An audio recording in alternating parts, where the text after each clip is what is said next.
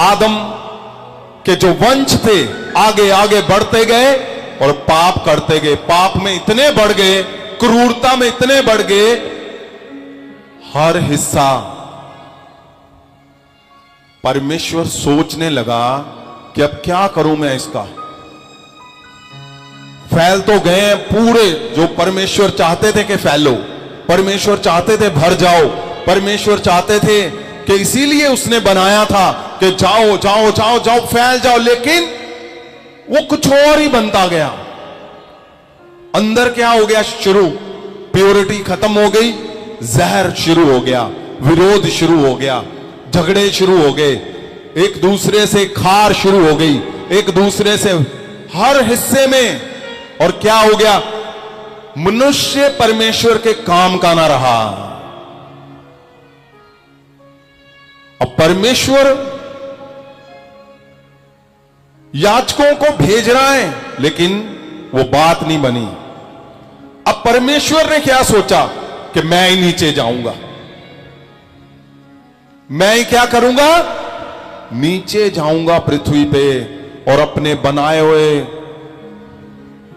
इंसान को, मनुष्य को मैं अपने पास लाऊंगा और इसको ठीक करूंगा मैं। और परमेश्वर ने क्या किया? उसको पापों से निकालने के लिए, उसको उस दलदल से निकालने के लिए अपना रूप धारण किया पुत्र के रूप में, और पृथ्वी में क्या हुआ? यीशु मसीह को भेज दिया उसने। परमेश्वर मनुष्य के रूप में क्यों आ गया? ताकि अब किसी के बस का नहीं था, तो यीशु मसीह पृथ्वी पे आए, परमेश्वर ने भेजा अपने पुत्र को, परमेश्वर इंसानी रूप में पृथ्वी पे आ गए। क्यों? मनुष्य को प्योर बनाने के लिए, छुड़ाने के लिए। किस लिए? किसके जैसा बनाने के लिए? किससे छुड़ाने के लिए? ये सारे वैर विरोध छुड़ाने के लिए, ताकि इंसान जो है वो प्योर बन जाए। कौन चाहता था प्योरिटी? परमेश्वर। परमेश्वर ने यीशु मसीह को भेजा कि जाओ मेरे बनाए हुए इंसान को, मेरे बच्चों को वैसे ही करो जैसे मैं चाहता हूं। और आप सोचो, भविष्यवाणियां होनी शुरू हो गई, भविष्यवाणियां हुई, और यीशु मसीह ने क्या किया जो कोई नहीं कर पाया? प्रभु यीशु आए, उन्होंने बड़े बड़े मिरेकल किए ताकि लोग जान पाए कि वो परमेश्वर ही पृथ्वी पे आए हुए हैं। परमेश्वर खुद पृथ्वी पे आया और उन्होंने चमत्कार किए और अपने शरीर को, बेदोष था वो परमेश्वर, प्रभु यीशु बेगुनाह था, बिना गुनाह के अपने शरीर को तोड़ने को दे दिया। क्यों? ताकि मनुष्य को वो दलदल से निकाले, पाप से निकाले, और कहां लेके जाए? परमेश्वर के पास जैसा होना चाहिए था। क्यों? इंसान की खुशियां वहां पे ही थी, प्योरिटी में। और क्या हुआ?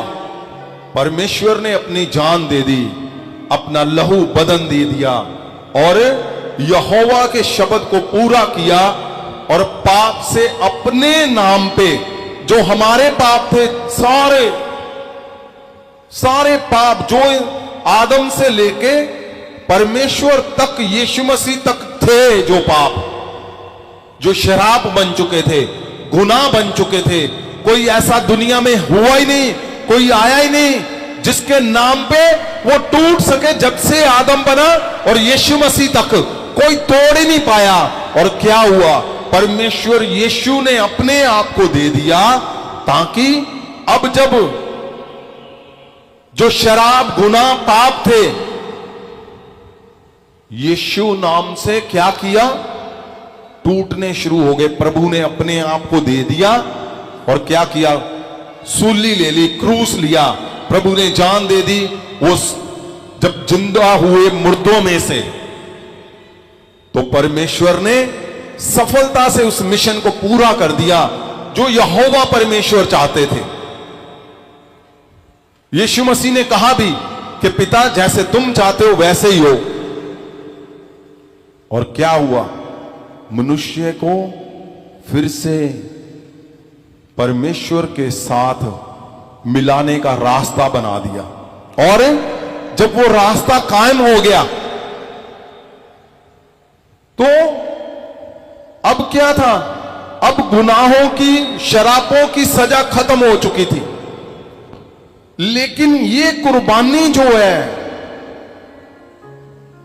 ये कायम रखने के लिए अब प्रभु यीशु को चाहिए था कि जो इस कुर्बानी को कायम रखे, इस सजा को इनके ऊपर दोबारा ना आने दे, जो मेरी कुर्बानी को कायम रखे और मनुष्य को परमेश्वर के साथ मिलाए। प्रभु यीशु को ऐसी पावर, ऐसी ताकत चाहिए थी। और उन्होंने क्या कहा, पवित्र आत्मा आएगा और वो पृथ्वी पे ही रहेगा, पृथ्वी पे रुकेगा और क्या करेगा, वो कुर्बानी जो प्रभु यीशु ने दी है वो उसको कायम रखेगा और मनुष्य को प्योरिटी में बनाए रखेगा और मनुष्य को यहोवा को मिलाएगा। और जब यहोवा को मिलाएगा तो बातें कैसी हो जाएंगी, वैसे ही जैसे आदम की थी। पवित्र आत्मा को जब पृथ्वी पे अल्लाह कर दिया गया, पहला दिन कौन सा था, जब पवित्र आत्मा ने ये इस हिस्से को अपने हाथों में लिया, वो पेंतीकुस का दिन था। और क्या हुआ, पवित्र आत्मा ने अपने हाथों में ले लिया। लेकिन अब क्या है, ध्यान से सुनना, अब ये ताकत कौन सी है, पवित्र आत्मा। यीशु मसीह ने पवित्र आत्मा जी को बोला कि सारे शराब टूट चुके हैं, सारी बीमारियां जा चुकी हैं, मेरे नाम से सब कुछ हो चुका है।